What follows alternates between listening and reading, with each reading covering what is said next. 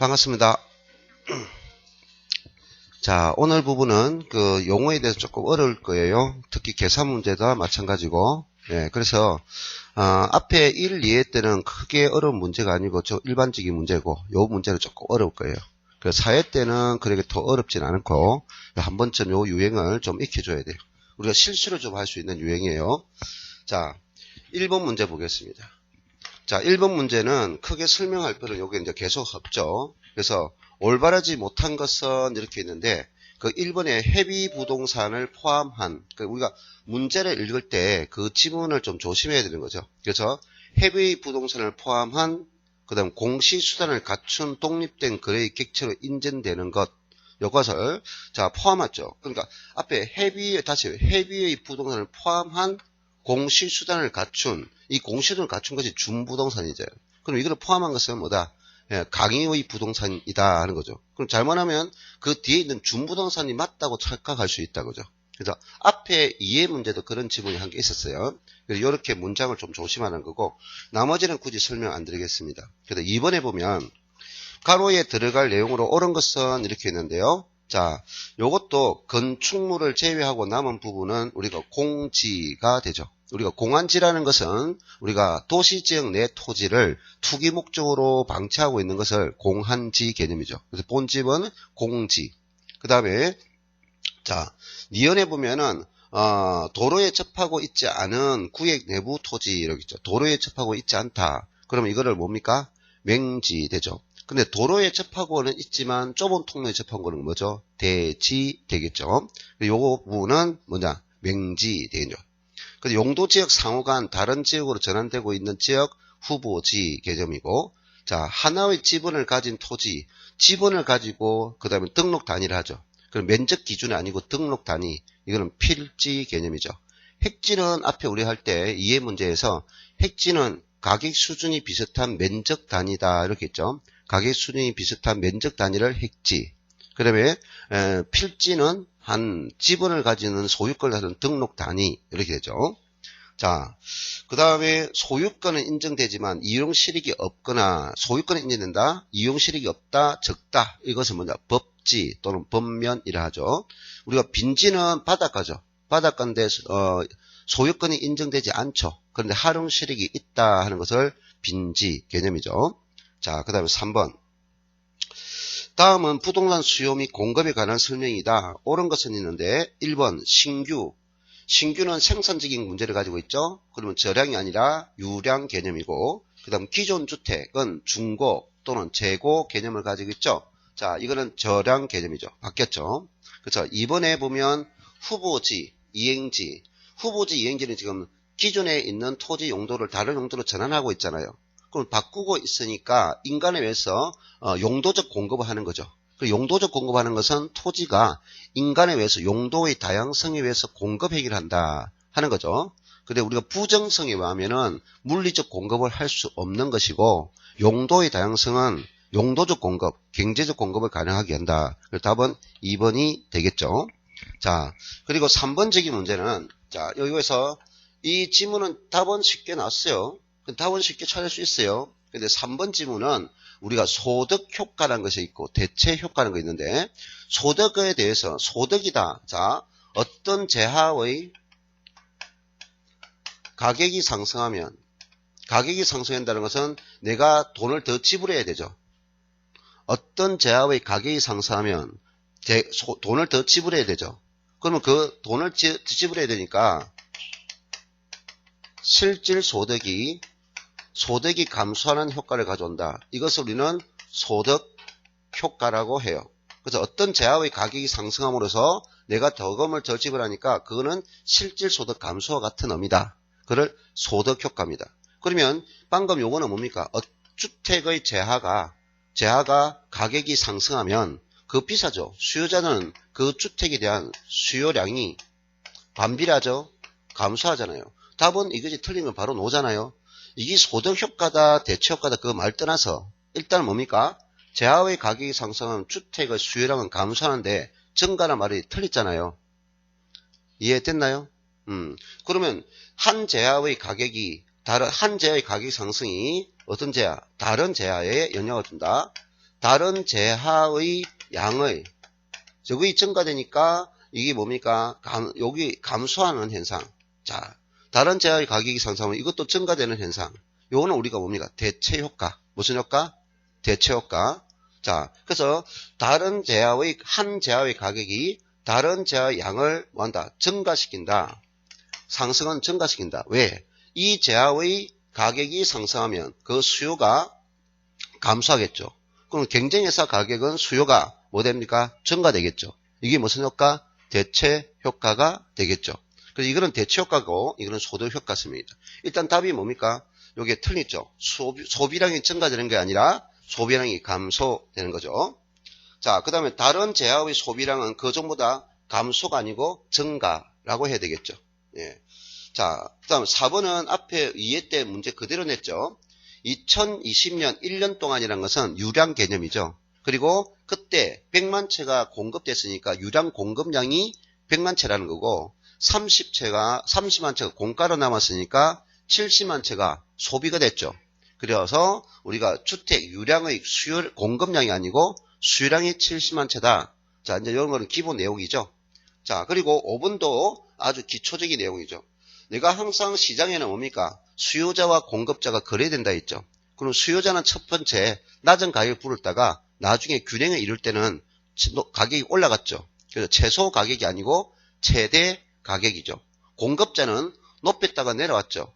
그래서 거래 시점에는 수요자의 최대 지불 가격과 수요자의 공급자의 최저받고자 하는 가격이 일치하는 거죠. 자, 그래서 그 다음에 4번입니다. 다음은 부동산 특성입니다. 이내 가로에 알맞은 것은 있는데 1번은 토지의 경제적 공급. 방금 했죠? 토지의 경제적 공급은 우리가 뭡니까? 영속성이 아니라 용도의 다양성에 이루어지죠. 용도의 다양성 개념이죠. 자, 그 다음에 2번에 토지의 용도적 대체관계. 자, 요거 2번 잘 정리하세요. 앞에 2의 문제는 부정성과 그 다음에 영속성에 대한 공급과 공급 행위에 대해서 중점을 두었어요. 지금 여기서 이제 대체성인데 우리가 개별성이라는 특성이 있어요. 개별성은 우리가 모든 물건의 일물일가의 법칙이 존재하지 못하죠. 토지는 똑같은 모양이 없죠. 그래서 우리는 이 개별성은 물리적 대체성이 없다라고 해요. 근데 인접성은 오히려 반대로 인접지가 있죠. 경계를 두고 인접하고 있죠. 그럼 여기서 주택이 부족합니까? 다른 인접지에서 주택 공급할 수 있어 없어요? 있죠. 그래서 인접성은 용도적 대체성이 있다 하는 겁니다. 그래서 항상 조심하세요. 물리적 대체성이 없는 것은 개별성이고 용도적 대체성을 가지는 것은 인접성이다.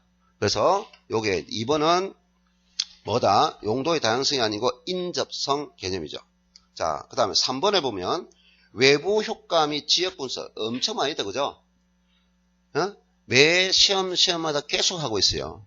부동성과 인접성에 더불어 우리는 외부 효과, 지역 분석 근거되는 원칙하면은 부동성과 그 다음에 인접성이죠. 자, 그 다음에 4번. 자, 이 4번에 보면은 이것도 중요하죠. 최유효 이용의 성립입니다. 최고 최선 이용이라는 거죠. 최유효 이용. 우리말로는 최고 최선 이용이라는 말을 쓰는데 이것은 부동산에 뭡니까? 생산할 수 없죠. 생산할 수 없으니까 한정된 땅을 뭡니까? 최고도로 이용을 끌어올리라. 그 다음에 또 하나는 뭡니까? 용도의 다양성. 용도의 다양성과 관련있어요. 그리고 최유효 이용과 관련된 것은 자연적 특성으로는 부정성과 인문적 특성으로는 용도의 다양성이죠. 이 용도의 다양성은 뭐라 했어요? 기존에 있는 주어진 땅의 용도는 다른 용도로 전환할 수 있죠. 근데 한번 결정한 땅은, 한번 전환한 땅은 비가역성 문제로 원래대로 돌리기 힘드니까 뭔가 신중해야 되죠. 그래서 이 땅에 대해서는 최고 최선의 이용, 적합의 원칙, 적지론을 근거되는 거죠. 이거는 입지론을 근거되고 적지론을 근거되는 거죠. 자, 이거는 뭐다? 입지론을 근거. 이거는 적지론을 근거. 최유효 이용 근거되는 거. 자, 부정성하고 또 뭐다? 용도의 다양성이다. 이렇게 죠. 그 답은 4번이 되겠죠. 그 다음에 소유이익과 사용이익입니다. 소유이익, 사용이익. 소유이익은 일정 기간 소유하다 나를 팔겠죠? 그러면 자본 이득이 생기죠. 사용이익은 임대죠? 임대. 예, 그 임대소득이 발생하겠죠. 이거를 영속성, 즉 임대차증의 발달 근거 영속성이죠. 자, 그래서 여기까지 현재 문제가 쉬웠습니다. 그렇죠? 자, 5번. 5번 문제도 어려운 문제가 아니죠. 예, 그런데 5번 문제도 어려운 문제 아니에요. 여기까지도 집었죠. 자, 틀린 것은 있는데 1번의 문제 볼 때 주택 수요의 감소가 공급 증가보다 크다. 그러면 이것을 볼 때 이렇게 수요 변화와 공급 변화가 두 개를 같이 동시에 일어나면서 변화가 크다, 크기 변화를 줬다면 큰 쪽 값이 답이다 했죠. 그럼 요거는 수요 감소가 답이니까 마이너스죠. 양 가격. 그럼 거래량이니까 거래량이 감소한다 라는 설명. 자, 두 번째 2번. 수요 측면에서 대체주택 가격 상승. 요 내용들은 요걸 지문을 수요 변화가 어떻게 되는지, 공급 변화가 어찌 되는지 이렇게 읽을 줄 알아야 됩니다. 알겠나요? 그래서 요런 거는 당연히 언제든지 요런 걸 분석할 수 있어야죠. 방금 대체주택 가격 상승. 대체주택은 뭡니까? 대체주택은 나와 경쟁 관계에 있는 거죠. 대체주택의 가격이 상승하니까 그 대체주택의 수요가 감소하죠. 그럼 대체제니까 경쟁관계니까 이거는 수요의 증가를 가져오죠. 수요층은. 그 다음에 공급 측면에서는 기술 진보다. 기술이 진보라면 그는 바로 뭡니까? 공급을 증가가 되겠죠. 그래서 이 현상이 수요 증가와 공급 증가가 일어났어요. 수요 증가는 플러스고 공급 증가는 플러스 마이너스죠. 그러면 양은 무조건 증가되겠죠. 가격 변화는 알 수 없다라고 되겠죠. 그래서 거래량은 반드시 증가한다. 맞죠? 이해됐나요? 자, 요 유행들은 계속 잘 익혀야 됩니다. 하고도 또 하고 계속 지문을 익혀주세요. 지문. 지금 여러분이 다른 문제를 보려 하지 말고 저번에도 말했지만 지금 나가는 프린터 요것만 해도 문제수가 엄청 많아요. 네? 문제수가 많다고요. 최소 6회분은 다음 46, 24야 240문제야. 저거 문제 아니에요. 예, 그래서 그걸 하면서 계속 약간씩 변형되죠. 예, 반드시 복습해야죠. 복습이 제일이다. 자, 그 다음에 3번은 건축 자재 가격이 상승했죠. 가격이 상승, 원가가 증가되죠. 그럼 이윤이 감소하죠. 그럼 공급이 감소라는 거죠. 그럼 공급 감소가 되니까 마이너스 플러스가 되죠. 그래서 가격은 상승하고, 맞죠? 거래량은 감소한다. 이렇게 맞게 설명한 거죠. 자, 그 다음 4번에 매수자가 가격 상승을 예상하고 또 매도자도 가격 상승을 예상한다. 앞에 이해 때도 냈어 안 냈어요? 이해 때도 냈어. 지금 계속 나오고요. 자, 가격이 상승이 예상된다. 가격 상승이 예상된다. 그럼 현재는 가격이 낮다는 거잖아요. 그럼 수요자 입장에서는 수요자는 뭡니까? 구매가죠. 구매가. 그럼 구입하려면 원가 비싸죠. 비쌉니까? 낮습니까? 싸죠. 그럼 구입하면 나중에 증가되니까 수요가 증가하겠네요. 공급자 입장에는 이거는 무슨 개념이죠? 판매가죠. 공급자는 무슨 가? 판매가. 본인이 판매하는 가격이 지금 낮죠. 이윤이 적죠. 그럼 기다렸다가 팔겠죠? 그럼 지금 현재는 공급이 감소죠. 됐나요? 또 냅니다, 내가. 이 부분 또 냅니다. 다음에 또 냅니다. 네? 다음에 사회 때 또 논다고요. 네. 그래서 수요 증가는 뭡니까? 플러스고 공급 감소는 마이너스 플러스죠. 그래서 이거는 가격은 무조건 상승하되 양의 변화가 알 수 없다라고 해야 되겠죠. 그리고 주택 가격은 상승한다라고 했기 때문에 맞죠. 자, 그리고 4번에 보면 5번에 보면 수요와 공급 곡선이 서로 반대야. 우리가 반대란 것도 위아래가 반대가 아니잖아요. 좌측과 우측이 있잖아요. 하나는 열이 되는 거죠. 그래서 좌측과 우측으로 움직이래요. 이해됐나요? 그러면 좌측, 우측. 자, 수요가 증가된다는 것은 어디 쪽입니까? 우측이죠. 그럼 반대로 움직인다는 것은 공급은 감소한다는 거잖아요. 그렇죠? 좌측이죠. 우측이고. 그럼 양의 변화를 알 수 있어요? 없어요? 양의 변화를 알 수 없잖아요. 어느 것이 큰지 모르잖아요. 좌측, 우측. 됐나요? 그럼 가격은 수요에 의해서 가격은 무조건 상승한다? 상승한다? 아니에요. 지금 요거를 본다면, 요렇게 결합한다면 가격은 상승할 거예요. 이렇게 본다면 가격은 상승할 거예요. 그래서 수요 증가와 공급 감소가 나타난다면 일단은 증가 감소했으니까 양의 변화는 알 수 없다라고 해야 돼요. 양은 증가할 수도 감소할 수도 불변일 수도 있다라고 하고, 근데 여기서 가격은 뭐한다? 수요 증가에 의해서 가격은 상승합니다 라고 될 거예요. 그런데 요걸 이렇게 반대해요. 수요가 감소할 수 있죠. 그럼 수요가 감소한다면 방금 반대로 움직이니까 공급이 증가가 되겠죠. 역시 마찬가지죠. 감소가 증가겠죠. 똑같이 양의 변화는 알 수 없는 거죠. 근데 가격은 어찌 될까요? 할 때 항상 가격 이렇게 할 때는 감소 되나요?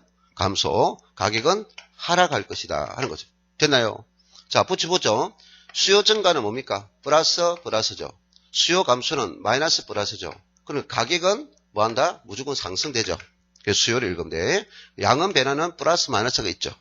자, 그럼 이거는 마이너스고 공급 증가는 플러스 마이너스죠. 역시 가격은 하락한다. 그러나 양의 변화는 플러스와 마이너스가 있죠. 그래서 답은 5번이 된지 알겠습니까? 예.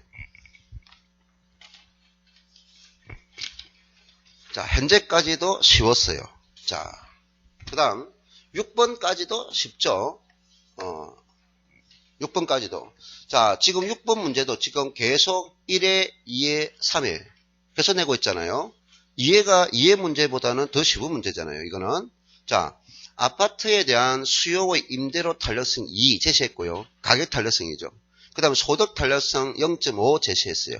그리고 아파트에 대한 가격의 5% 하락하고 소득이 10% 증가할 때 아파트 수요량이 얼마나 변한가. 지금 이거는 두 개밖에 제시하지 않았잖아요.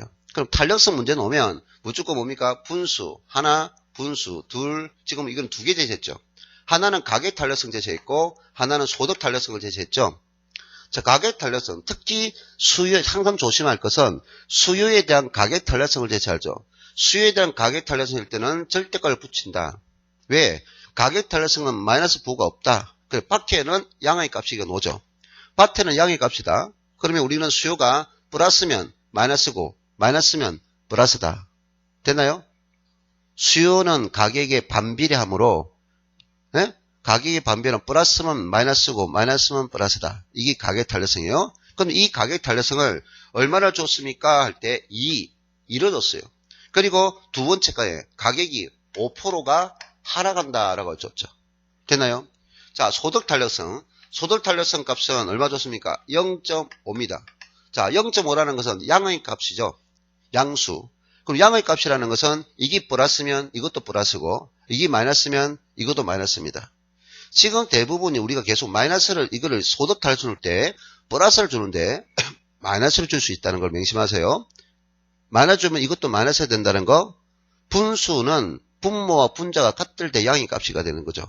그러면 이것은 소득이 비례하니까 뭐냐? 정상제 개념이죠. 무슨 제? 정상제 개념이죠. 자, 그럼 이거에 대해서 소득이 10%가 뭐 된다? 증가된다 했어요. 끝. 자, 그러면 이제 요것을 바로 곱하면 되겠죠. 자, 이렇게 곱하니까 5%가 되겠죠. 5%가 플러스 되겠죠. 자, 그러면 이렇게 곱하면 10이 나오죠. 10. 그러면 이게 마이너스니까 이것도 플러스가 되겠죠. 그래서 이 두 개를 합하니까 15% 증가되겠죠. 그래서 답은 2번. 쉬웠고요. 자, 7번 문제. 7번 문제는 더 쉬운 문제. 이거는 계산 문제가 아니고 방금 우리가 자, 가격 탄력성이 있어요. 가격 탄력성이라는 것은 분모가 첫 회에 또 그려졌고 두 번째 2회 때 또 그려졌고 지금 또 그려집니다. 또 했는데도 아직까지 가격 탄력성이 5가지 모르는 건 있는 사람이 있어요. 가격 탄력성은 분모가 가격의 변화 비율에 대한 양이죠. 양의 변화율을 말하는 거죠. 그러면 이 변화 비율이 어느 것이 더 크게 있느냐 해서 5가지가 있죠. 그래서 분모 분자가 이 분모 분자와 비율이 같다라고 하면은 이것은 1, 일명 단위 탄력적이라죠. 그러면 여기서 분모 분자 중에서 뭐가 크다? 분모가 분자 값이 크다. 그 말은 분자가 양이죠. 양의 변화가 커요. 그러면 탄력적이다 라고 하죠. 그러면 요 자체에서 분자값이 크다. 그럼 가격 변화가 양의 변화가 크죠. 그러면 이거는 비탄력적이라고 하죠. 그래서 우리는 가격 탄력은 1이란 기준은 1보다 큰 탄력성은 탄력적이고 1보다 적은 탄력성은 뭐다? 비탄력적이다. 인식을 해야 되죠. 자, 그리고 나서 우리가 여기서 뭔가 변화가 없다. 요거는 분모 가격의 변화가 없어요. 가격의 변화가 없어요. 이게 뭡니까? 무한대라고 하죠. 양의 변화만 있다는 거죠. 무한대. 완전 뭐다? 탄력적이라 하죠. 자, 그러면 이거는 0. 양의 변화가 없다고 하죠. 양의 변화가 없다. 이걸 0이라 하죠. 예, 완전 비탄력적이라 하죠. 자, 이거는 직각삼각선이고 이거는 탄력성이 기울기가 완만하다고, 요거는 기울기가 가파르다고, 이거는 수직, 요거는 수평이라는 거죠. 이것을 말하는 거죠. 그러면 지금 이 기억번은 지금 어디에 해당합니까? 주택의 가격이 10% 상승할 때. 자, 기억번은 뭘 정했어요? 가격 변화를 줬어요. 10%. 그 다음에 뒤에 양의 변화를 줬어요. 양의 변화는 20%. 지금 값을 내는 것이 아니라 무슨 변화가 커요? 양의 변화가 가격 변화보다 크죠? 그 양의 변화가 큰 것이 뭐냐? 탄력적이죠? 예, 아주 쉬운 문제잖아요. 탄력적이죠? 자, 그 다음에 이제 뭐냐? 두 번째는 니은이죠. 니은에 대해서는 우리가 무슨 탄력성을 말하고 있다? 소득 탄력성을 가리키죠. 소득 탄력성은 분모가 소득의 변화가 양의 수요량에 어떤 영향을 줍니까? 라는 것을 나타낸 거죠. 그래서 이것이 플러스일 때 플러스고 마이너스일 때 마이너스다. 그럼 이 결과는 분모가 기호가 같기 때문에 양의 값을 가진다 하죠. 그래서 소득이 비례한다. 정상제라 하죠. 자, 그러면 이거는 소득이 증가하는데 마이너스가 되고 소득이 감소할 때 플러스 된다. 그럼 이렇게 되면 부가 다른 음의 값이죠. 음의 값은 열등제라 하죠. 자, 그러면 이것이 플러스 돼도 변화가 없어요. 마이너스 돼도 소득이 줄어도 변화가 없어요. 0이죠. 그래서 소득 탄력성은 0보다 큰 제한은 뭡니까? 비례하니까 정상제고 양의 값이고 0보다 적다라고 하면은 마이너스는 열등제고. 됐나요? 그러면 지금 니은에 대해서는 뭐 주택 수요자의 소득이 10% 증가한다. 증가란 말을 썼죠. 됐나요? 소득 증가. 수요량이 1% 감소해요. 이거는 마이너스 됐죠. 그러면 이 결과는 플러스인데 마이너스 되니까 결과는 마이너스죠. 마이너스니까 뭐다? 열등제다 말이에요. 열등제. 됐나요? 기본 개념을 익히라는 거예요. 기본 개념을. 이런 문제도 충분히 논다. 자, 그 다음에 이제 뭐가 나왔어요? 한 탄력성. 교차 탄력성 있죠? 교차 탄력성이라는 것은 분모와 분자 중에서 뭡니까? A제하와 B제하. 어떤 한 제하의 가격의 변화가 어떤 제하, 다른 제하의 수요량을 움직인 거죠. 가격 변화가 수요를 움직인 거예요. 그 수요를 움직이면서 보니까 똑같이 요 논리 돼요. 플러스니까 플러스고 마이너스 말이 된다. 양의 값을 가지더라 말이에요. 똑같은 거. 이거는 우리가 대체제 하죠. 대체제는 뭐다? 내 물건과 동종 유사성이 있는 물건. 경쟁관계에 있는 물건을 말하죠. 경쟁관계. 대체제 보완제 문제는 내가 계속 낼 거예요. 알아도 계속 낼 거예요. 자, 그러면 여기서 이렇게 되는 거. 요것도 이렇게 되는 거. 마이너스가 되죠. 보완제죠. 자, 대체제는 나와 뭐다? 동종 유사성이 있는 물건이고, 그래서 경쟁관계고, 되나요? 요거는 보완제고, 보완제는 뭡니까? 서로 다른 물건인데, 함께 소비되는 물건이고, 자, 그 다음에 이렇게 0을 가집니다. 이걸 독립제, 아무런 관계가 없다라고 하죠. 그러면 이것도 보니까 주택이란 가격이 5% 상승이네요. 그럼 아파트 수요량도 플러스 증가되네요. 그러면 부호가 같으니까 양의 값을 가지죠. 그럼 이게 뭐다? 대체제다 이 말이죠. 알겠습니까? 대체제다. 자, 됐습니다. 자, 8번 가격 탄력성입니다. 역시 이 문제도 앞에 1에 2에 3에서 지금 계속 해왔어요. 계속 해왔어요. 자,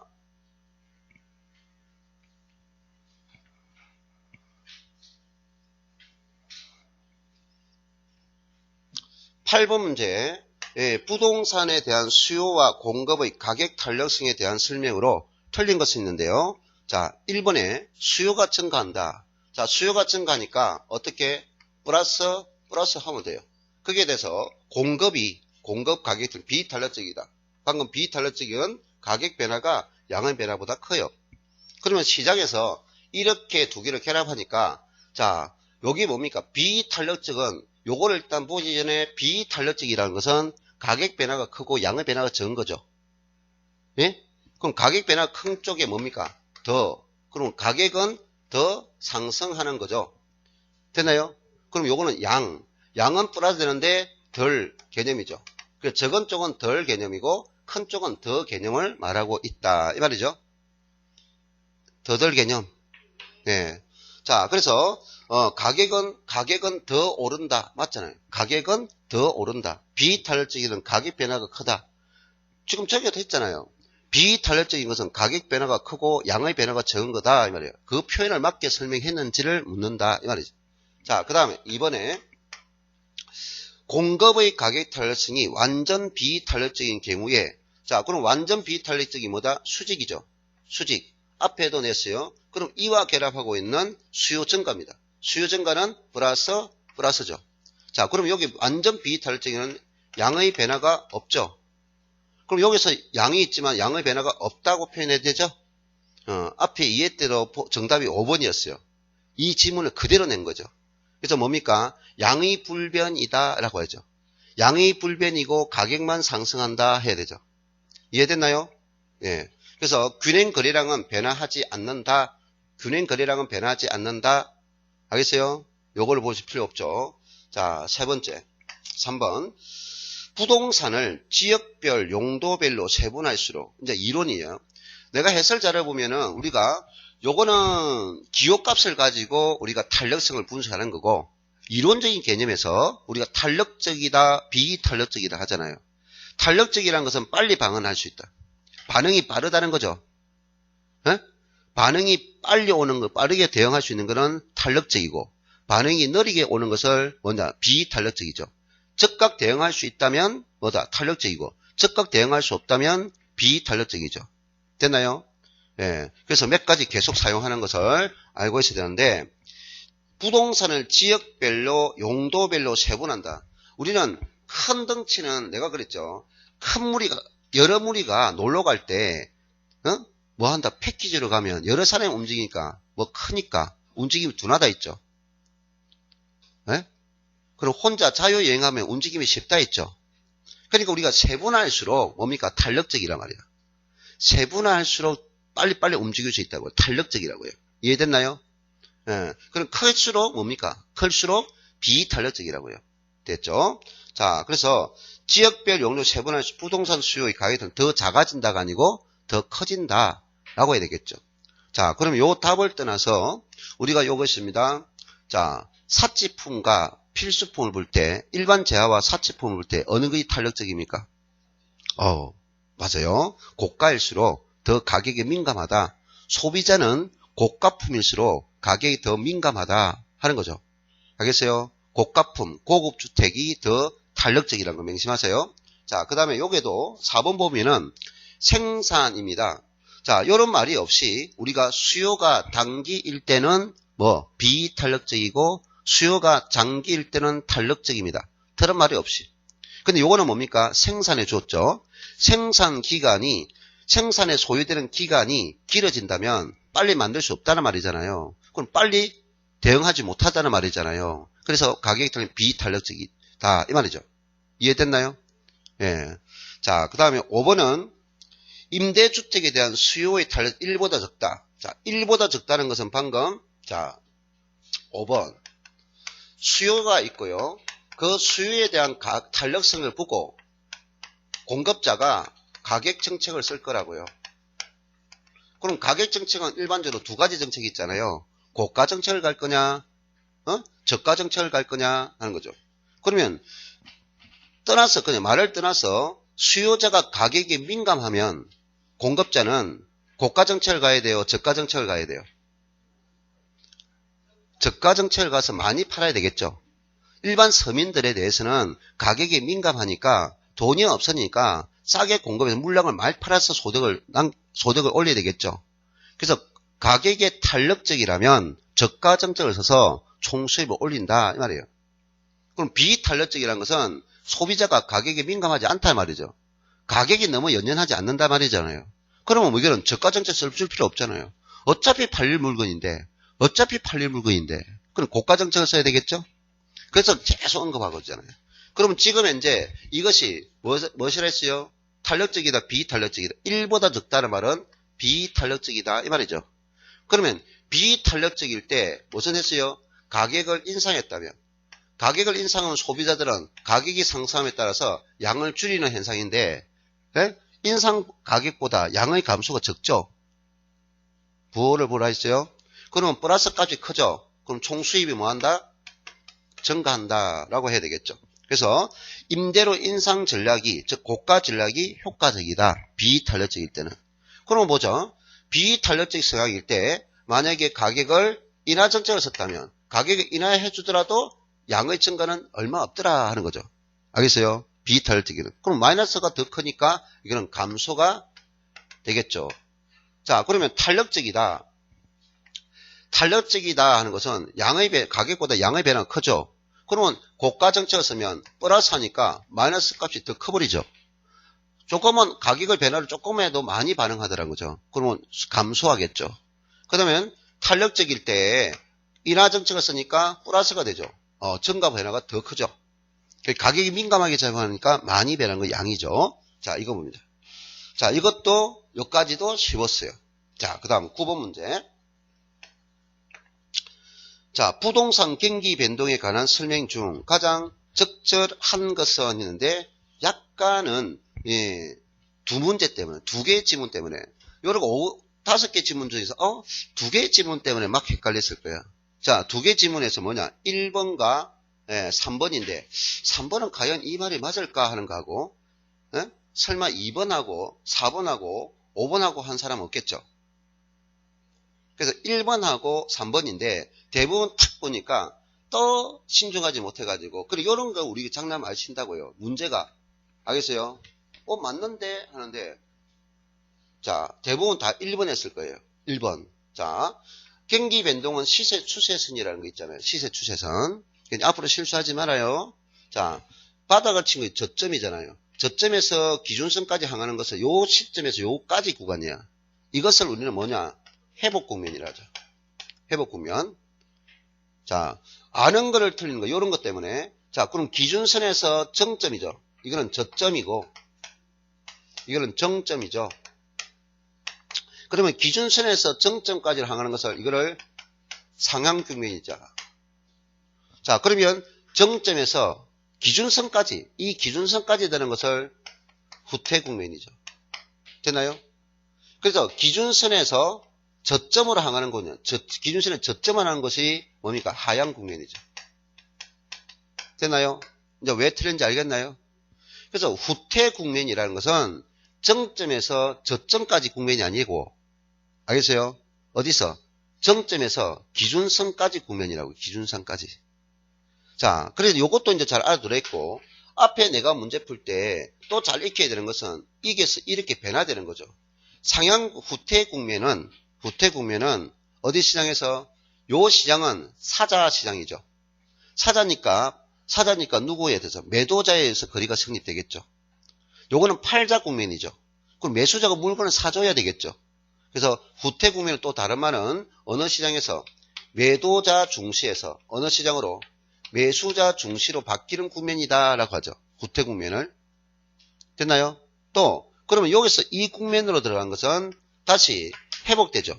그럼 회복 국면은 어느 시장에서? 매수자 시장에서 매도자 시장으로 바뀌는 거면 회복. 매도자 시장에서 매수자 시장으로 전환되면은 뭡니까? 후퇴. 됐나요? 예, 요것을 알아두면 되겠죠. 그래서 1번이 틀린 겁니다. 자, 그러면 이제 3번적인 문제는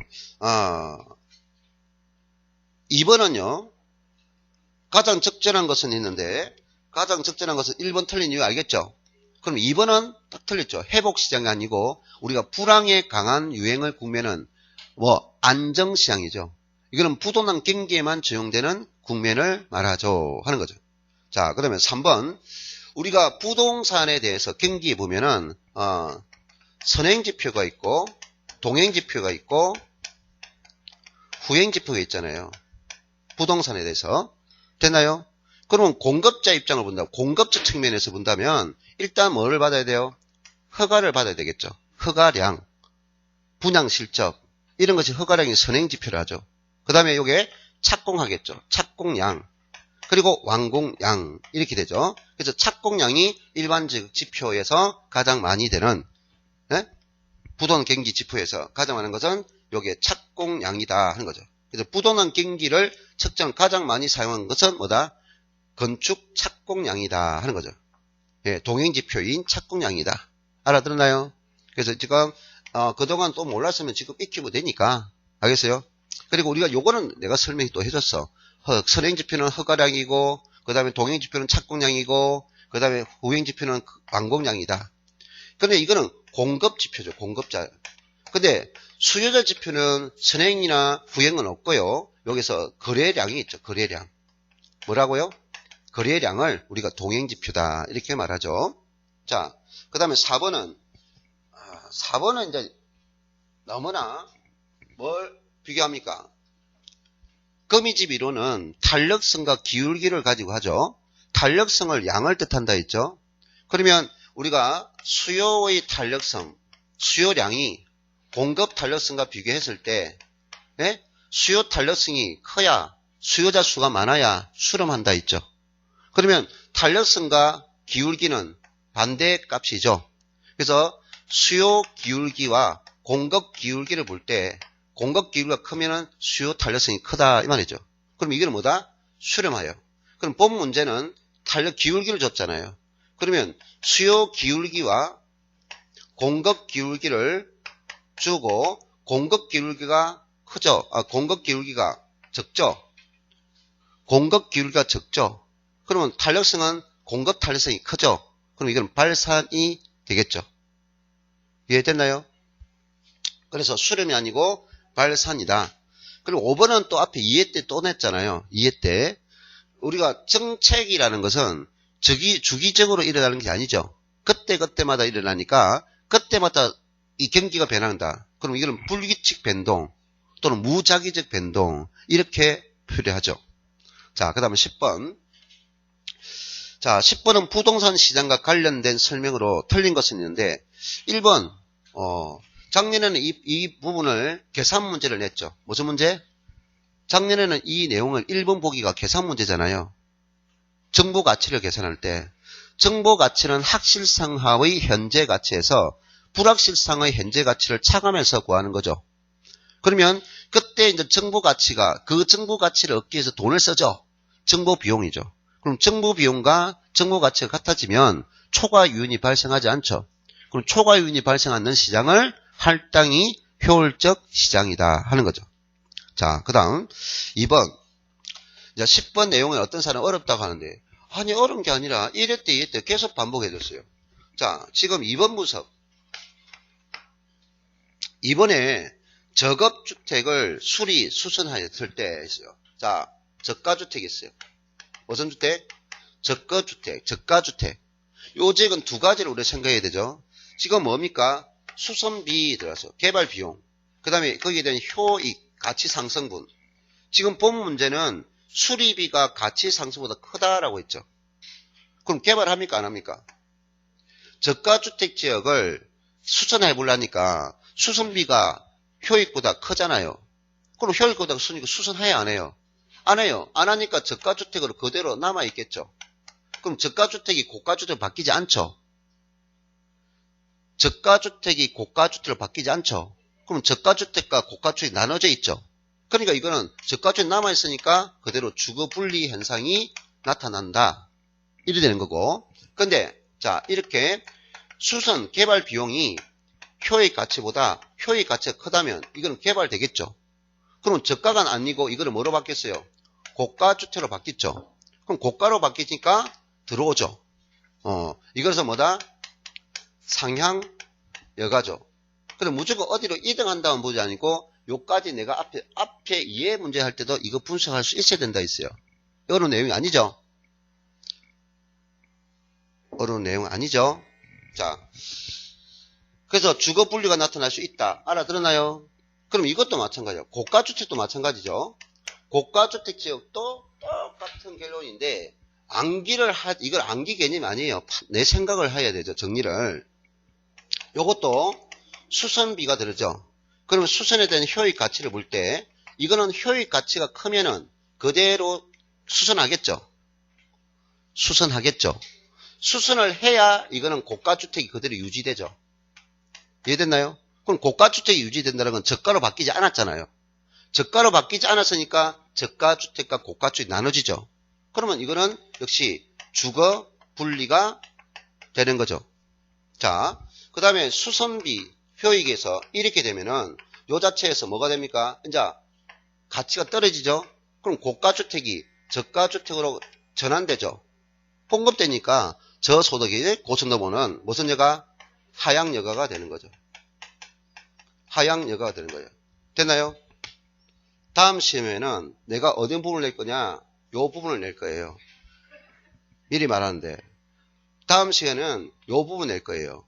요걸 왜 내느냐? 고가가 저가주택을 발행했을 때 고가주택이 부족해졌으니까 고가주택을 신축해야 되죠. 신축하려면 생산비가 들어가죠. 그 정도 힌트. 그거 엄청 중요하죠? 시험에 많이 났죠? 우리가 공급 해결을 하려면 뭐가 된다? 생산비가 들잖아요. 비용 일정 산업, 비용 불변 산업, 비용 증가 산업, 비용 감소 산업에 따라서 가격과 양이 어떻게 변하는지. 예. 요거. 그 다음에 3번. 중강성 효율적 시장. 자, 또 말합니다. 우리는 용어를 모르면 계속 어려워요. 용어를 모르면. 자, 우리는 과거 있고, 그 다음에 현재 있고, 그 다음에 미래가 있잖아요. 자, 과거 분석은 뭐다? 기술적 분석. 현재 분석은 뭐다? 기본적 분석. 자, 이거는 분석 있다? 없다 이 말이야. 자, 그러면 요까지를 무슨 된 거다? 공표되었다 라고 하죠. 공표되었다. 그럼 요거는 미래죠. 공표되지 않았다. 공표되지 않았다. 그래서 이거를 내부 정보라 하죠. 바깥에 알려지지 않는 정보, 내부 정보라 하죠. 그럼 요게 시장은 요 말들과 그 다음에 약성이 있고 그 다음에 중강성이 있고 강성이 있죠. 자, 과거 정보 누구나 약성 시장은 누구나 과거 정보만 가지고 있죠. 그러면 현재와 미래 정보 없죠. 자, 중강성은 뭐가 가지고 있어요? 과거 정보와 현재 정보. 누구나 과거 현재 정보가 반영되어 있어. 그러면 다른 사람들은 미래 정보를 알 수 없죠. 이거는 강성은 모든 정보를 가지고 있죠. 자, 그래서 요 시장은 정상 이윤 자체는 어느 시장이든 존재할 수 있다. 그런데 여기서 어떤 것을 발생한다? 초과 이윤을 얻으려면. 자, 그럼 약성 효율적 시장은 누구나 다 가지고 있는 정보는 뭐예요? 과거 정보잖아요. 그럼 과거 정보를 가지고 분석하면 초과 이윤이 발생하지 않고 정상 이윤을 낼 거예요. 그럼 남들이 가지지 못한 정보, 현재 정보와 미래 정보죠. 그럼 현재 정보와 미래 정보를 얻기 위해서는 뭐가 들어간다? 정보 비용이 소요될 거다 이 말이죠. 됐나요? 자, 그러면 중강성 시장은 과거와 현재 정보가 누구나 다 알고 있는 정보고 모르는 정보는 미래 정보죠. 그럼 미래 정보를 얻기 위해서 뭐가 들어간다? 정보 비용이 들어간다. 그러면 강성 효율적 시장은 모든 정보 다 반영되어 있죠. 그럼 정보 비용이 소요된다 안 된다? 정보 비용이 없다는 거죠. 자, 그러면 이 정보 비용을 얻어서 투자를 했을 때 거기에서 발생하는 아까 확실성 가치에서 불확실 가치를 빼죠. 그럼 불확실성 가치가 토지의 현재 가치인데 확실성 가치는 개발된다면 해서 이익이 발생하죠. 그래서 그 차이가 가치 증가분이에요. 그래서 그것을 계산하는 것이 정보 가치죠. 정보 가치는 뭐다? 현재의 부동산 가치인 불확실 가치가 있고 개발된다는 확실성 가치가 있다면 그 가치가 올라간 거죠. 그 확실성 가치에서 불확실한 가치를 뺀 것이 정보 가치죠. 그러면 정보 비용을 들어서 정보 가치를 얻었는데 이렇게 돼야 남는 것이 생기죠.